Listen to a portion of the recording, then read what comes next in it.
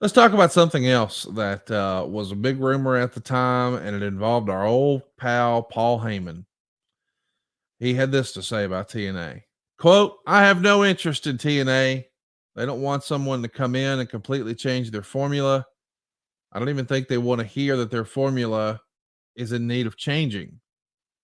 TNA is a vanity piece, and they don't want someone who comes in and says, we really have to address all these situations. He added, I think TNA has a major hurdle to overcome, and that's the fact that they have no brand. There's no one on that roster that is branded TNA. Are there hot moments? Sure. Are there personalities to like? Sure. Is there a good work rate? Sure. But there is no TNA style, no TNA persona, and no TNA brand. So, two questions here. One, did you ever have serious conversations with Paul Heyman? And how did those go? And then two, what do you think of his criticism here? There's no TNA style, no TNA persona, and no TNA brand. So no, I never had any conversation. I didn't have a conversation. And me and Paul reacquainted ourselves 4 or 5 years ago, and we text often, and he's one of the funniest guys. He's great. he, He he is he's a he is the gift that keeps on giving. he's a character, man. But so no, I never had I didn't have a conversation. But the luxury of doing this podcast, Conrad, is kind of when I look back, is that Bob Carter talked to Jim Ross.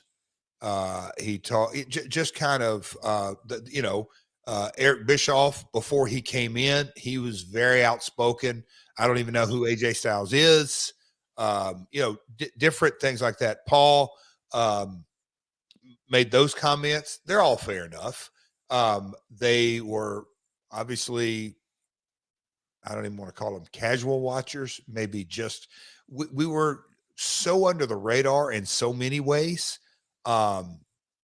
And if you would have asked Paul, because he commented on it's a vanity project, and I know exactly it's the connotation of Dixie Carter, or the analogy, or he's tying it to a Dixie Carter vanity. But I believe if you would have asked Paul during this time, hey, Paul, do you think TNA's making any money? He probably would have said, not a penny, losing. You don't, I think the perception, because of our first 2, 3, 4 years, is that we were that vanity thing that just continued to just shell out. Yeah.